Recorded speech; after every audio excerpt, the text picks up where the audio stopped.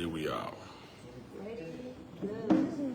Good afternoon, distinguished ladies and gentlemen of the press. I'd like to welcome you to yet another edition of our weekly press briefings here at the Executive Mansion on today's day. If you following this broadcast on radio, in the counties and other platforms, whether it's social media, we'd like to welcome you officially to our regular Executive Mansion press briefings. As always, the president has had a very busy week, all in the interests of working for the Liberian people as he was so duly elected for. And as you know, the week he's had several meetings, meeting partners and business leaders and other counterparts.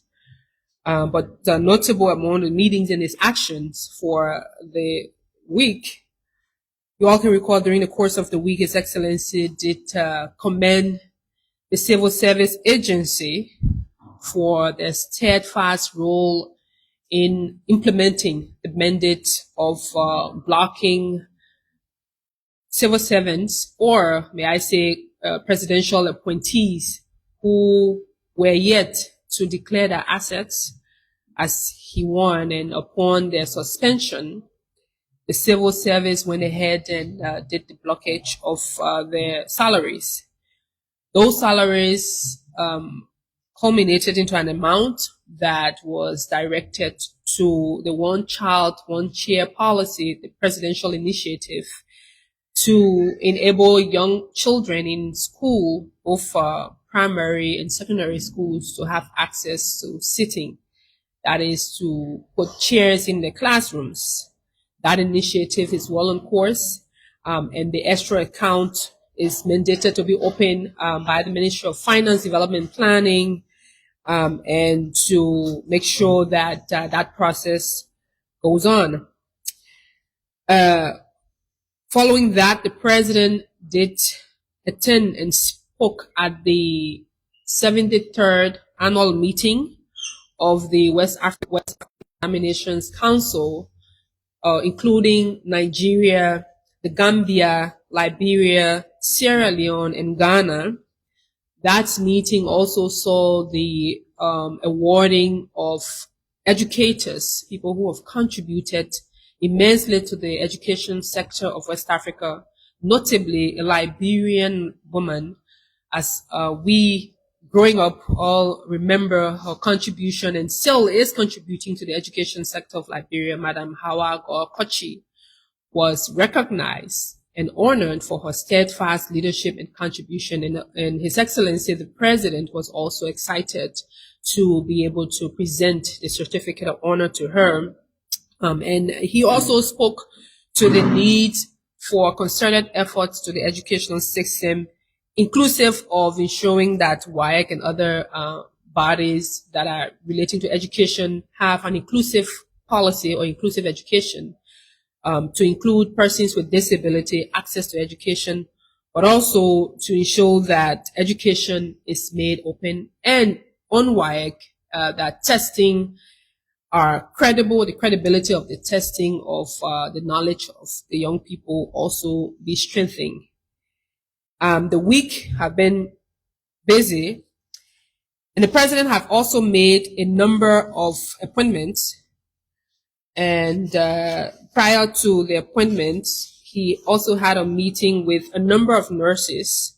In fact, that meeting was held yesterday here at the Executive Mansion in the Tea House, where the nurses, majority of whom were Americans or are Americans, and they've been here and they will train and work with Liberian nurses to support them. In fact, a total number of 200 plus nurses are expected to be trained in the provision of some kits and support that sector. And this initiative is an initiative of President Boakai's diaspora office. And as you know, part of the annual message earlier this year, the president talked about his engagement with the diaspora And also there's an office that the president did establish for diaspora affairs and relations.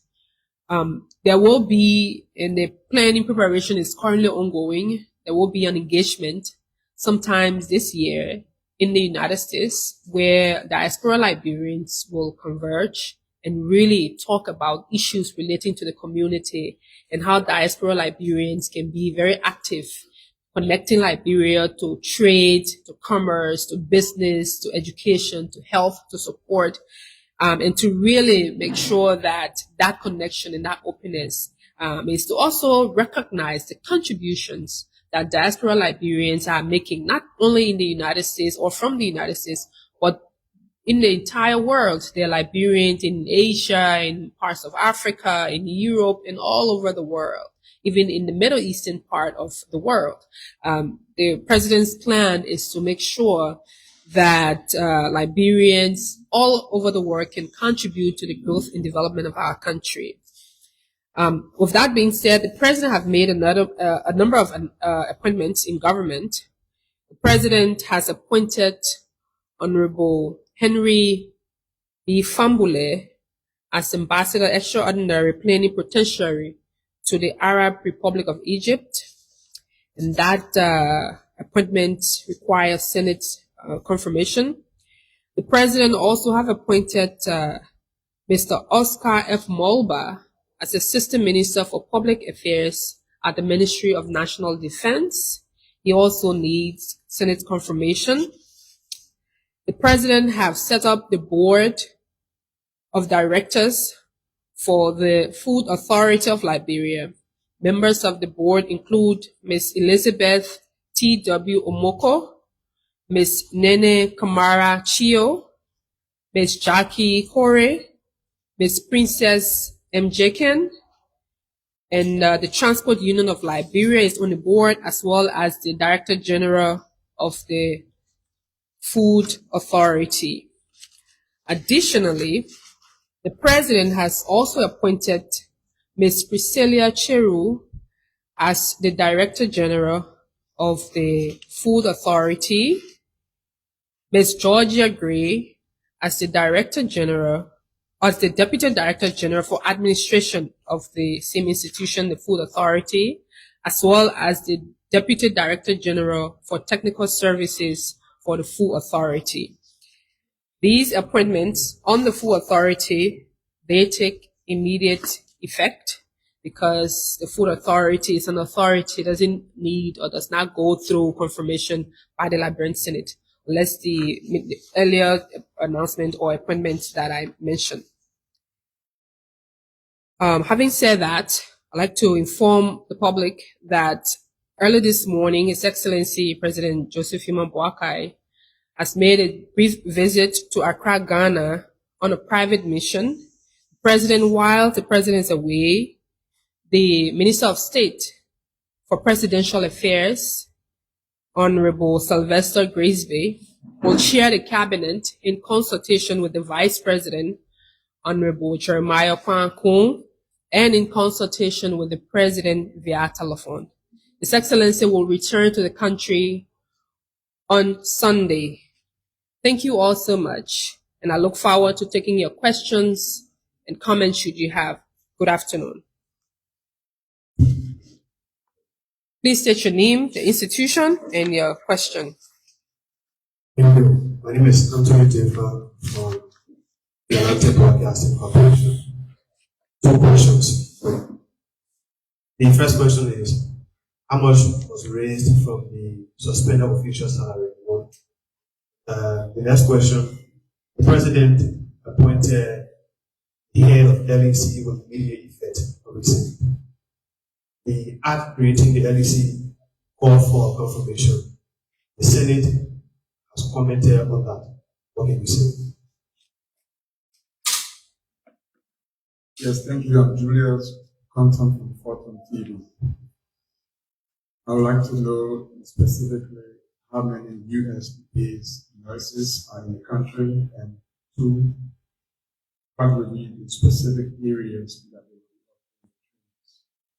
be. Lastly, from my end, on yesterday, the Monrovia Consolidated School System teacher Teachers Association, passing over 24 public schools in Monrovia have announced a major go-slow action expected to affect thousands of students as they are preparing gradually for the rise. President, you know on this, if so,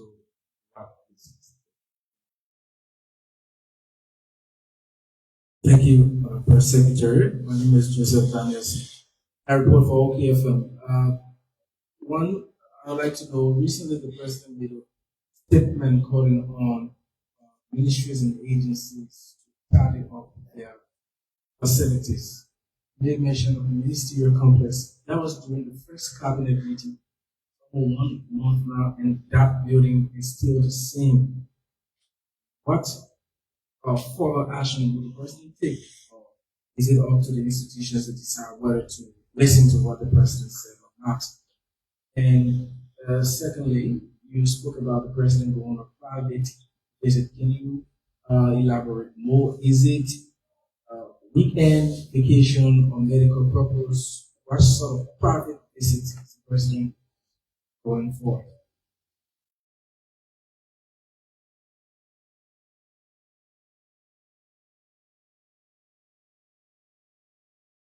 Thank you. Thank you. Any further question?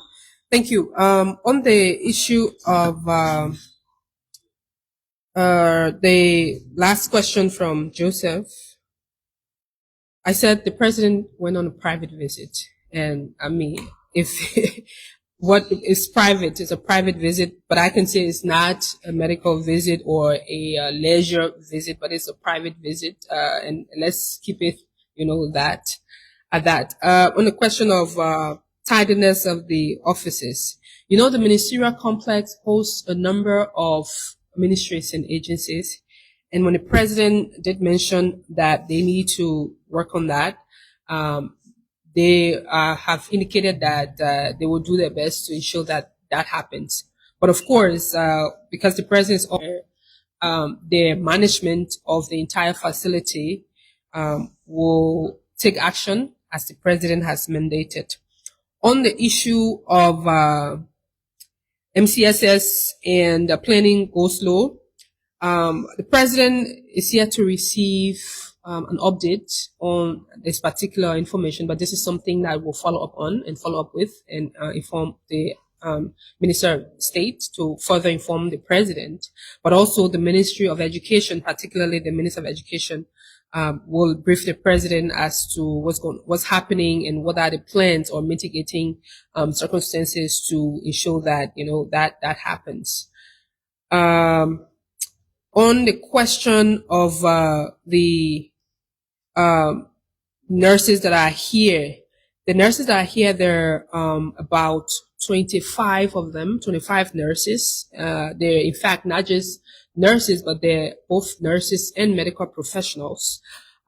They are here from different states, from the United States of America, and they intend to do a number of trainings, pretty much to assess the different facilities that they will be visiting, meet with the medical teams there, and see what contribution they can make, but more so in provision of medical supplies, but more so with support to the nurses, our own Liberian nurses in those different facilities.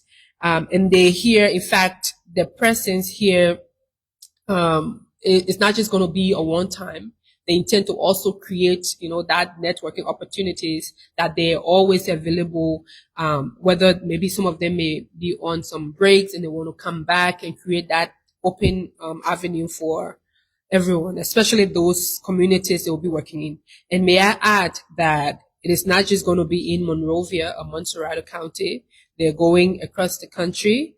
And in fact, they've had their first training in Bangabon County, and they were able to connect with over 100 nurses and midwives on that part of the country as well. So the question on the LEC's appointment, if you read the announcement that the president made, or that we put out based on the president's directive, all appointments that are required confirmation by the Liberian Senate, the expectation that they will go through the process.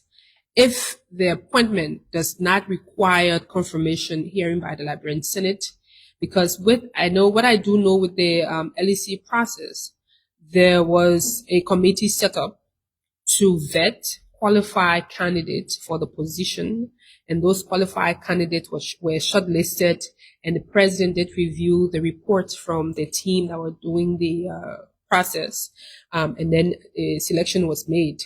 And the announcement, as we put it out, all appointment that are supposed to go for confirmation here. In fact, the announcements are pretty straightforward.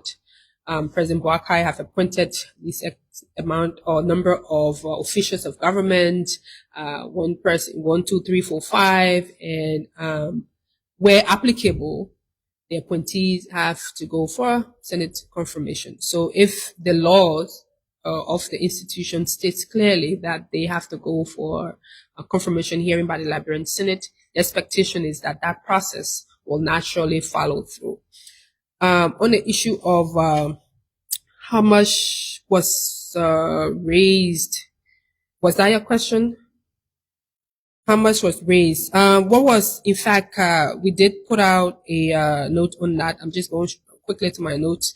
It was over 90,000 that was withheld from the salaries of staff and, appointed government officials who refused to declare their assets, even when the president gave a grace period. The actual amount is $90,808.56. And that is the first portion that have been realized. In fact, within the same information that we put out to all of you is that the mandate also includes the SOEs, the state-owned enterprises, because, they're institutions that are under the state-owned enterprises, to also follow through those officials who have not declared their assets. Recommendations be made, and their salaries as well be withheld and forwarded to this particular escrow account that will be created, or I'm sure has been created, to ensure that this one child, one chair initiative is really followed through. Because if you go to some of our classrooms, sadly, even not far from Monrovia, Montserrat County, you'll see kids still don't have access to chairs to sit down. Some have to bring their chairs from their homes. And this initiative will really help to ease that, so that children, especially in both public and private schools, are able to have access to quality education. If you don't have to worry about your chair, you already have a chair. And this is an initiative that the president is really concerned and keen about. Yes, we'll take another round of questions if you have. Thank you, President. We've seen this issue of USAID withdrawing fundings, and a huge part of the arrest agenda for inclusive development depends on the issue of donor funding. Has the government been able to make adjustment to where donor funding was expected to go? We know USAID was spending a huge sum of money in Liberia annually, which also so based on recent meetings that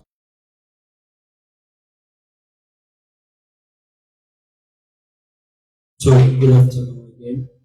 My name is Regan Levy, and I report for the Liberian News Agency. So I'm more concerned about, since we are the people's deputy, I'm concerned about the issue of bread and water issue in our country, where we go in our communities, in our rural counties, we see bringing about the bread and water issue, price expenses. Are there plans for this government to ensure that these things are less for less fortunate people?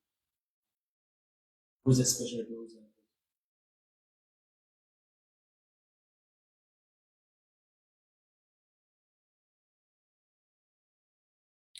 Thank you very much. On the question of USAID, I'm sure it was last week that we really delved into, USAID, and even the week prior, to really talk to all of you about where the government is as to the funding possibilities, even with the redundancy of some Liberians who were working for these institutions or for these projects, because as you know, USAID funds a number of different projects in education, in health, in agriculture.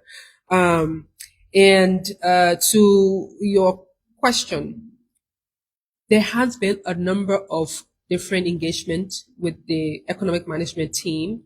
In fact, even personally, I have also engaged senior members of the economic management team to really follow up on where we are, what are the processes, what's happening, and how we can ensure that there are adjustments. Yes, you may be correct that USAID funds a lot of initiatives. And then, yes, the AAID, upon its completion, the conversation was that almost 80%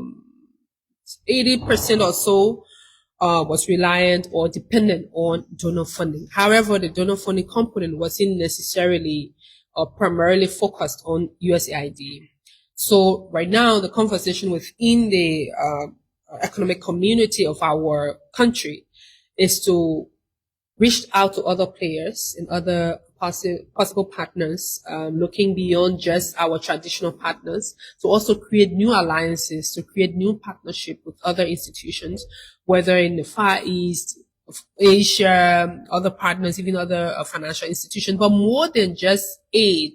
In fact, the conversation now is shifting beyond aid to look internally, to really look at domestic revenue generation, because there are lots of other possibilities. And there are things that the country needs to do to create that doing business in Liberia, the ease of doing business in Liberia, vibrant, so that partners and other people will want to do business in Liberia. But also that instead of our reliance on aid, in addition to looking at our local and national resource mobilization, but to also look at for trade, trading with partners, trading within the continent, within Africa, within other parts, even our commodities, to ensure that we have commodities or produce that we can structure or make in a way that they're acceptable, they follow all the necessary standards, and that they're able to go on the world market and they'll be able to,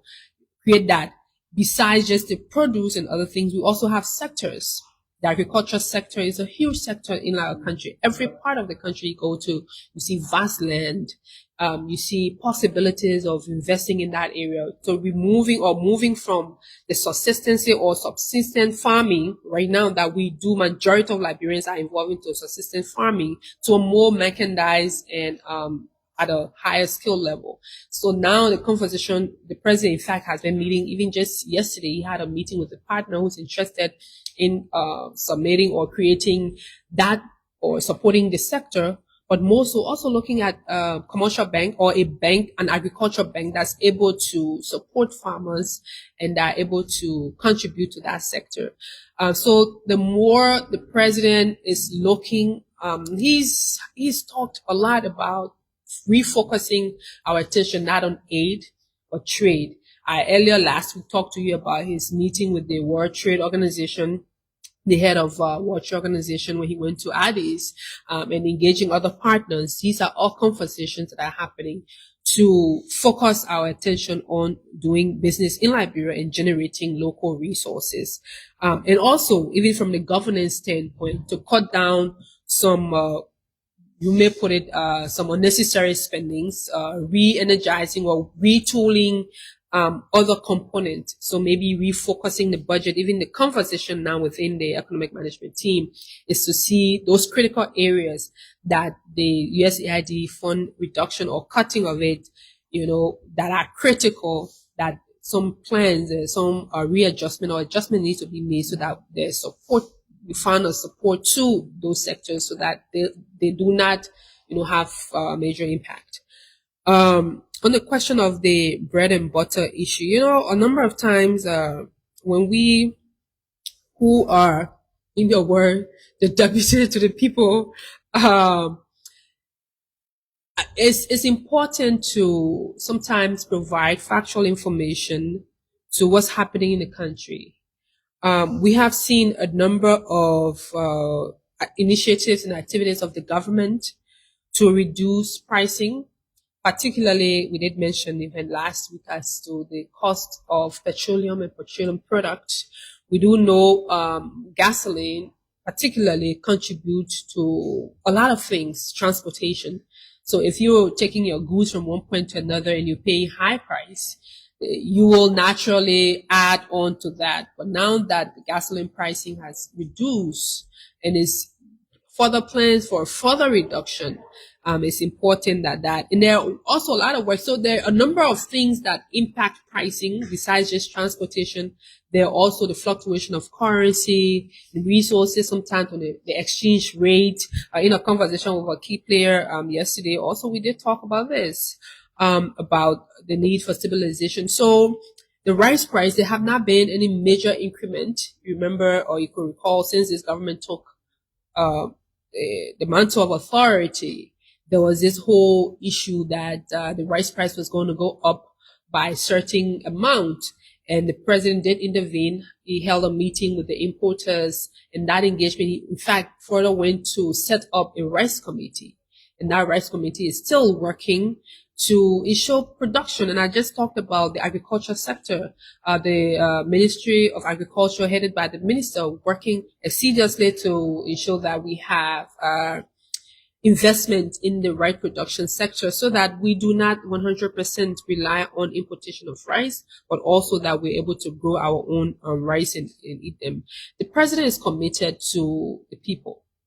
And if you go down, because sometimes there are a number of things that impact livelihood, what's happening, but more so the possibility of seeing how calm the country is, how the movement of the people, that peaceful it is. In fact, yes, despite all the challenges, but right now when you go in the street at nighttime, you have the police in most areas. They have their police vehicles, packed places where you're able to, talk to a police officer. Yes, there will be challenges. There will be, other things that people will express their dissatisfaction. There will be threats here and there because as you will expect, even, right now with the ban on motorcyclists going certain areas, you will hear those things because, but there are plans in mitigating those, especially on the transportation part, on the ban, because the president also do believe that the transportation issue is a serious issue. He also believes that the motorcyclists are contributing to the families, to transportation, taking people from one point to the other, that they need to be able to take care of themselves. Some of them are even using that means to educate themselves, however, when it comes to just certain areas, in most places, even in West Africa, there are no-go zone places that you're not allowed to pass. Not only motorcyclists, but also even vehicles. There are certain vehicles can pass certain areas based on their tonnage, their weight, and all of that.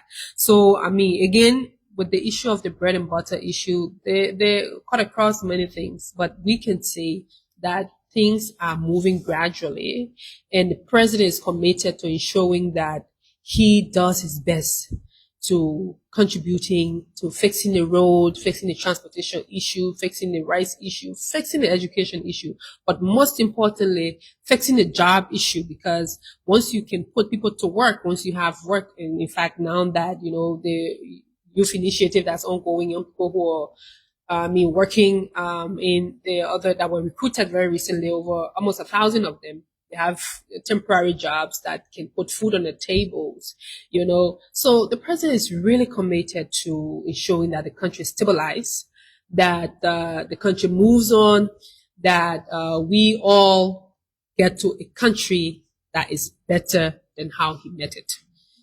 If there are no further questions, I'd like to say thank you all so much, and you all have a wonderful afternoon. Good afternoon. So thank you for following. That was the voice of the Presidential Press Secretary, Anthony Kula Fofana, addressing our regular press briefing for today. So wherever you're following us, thank you. And till we'll catch you again, I'm Vani Kumara. Have a blessed day.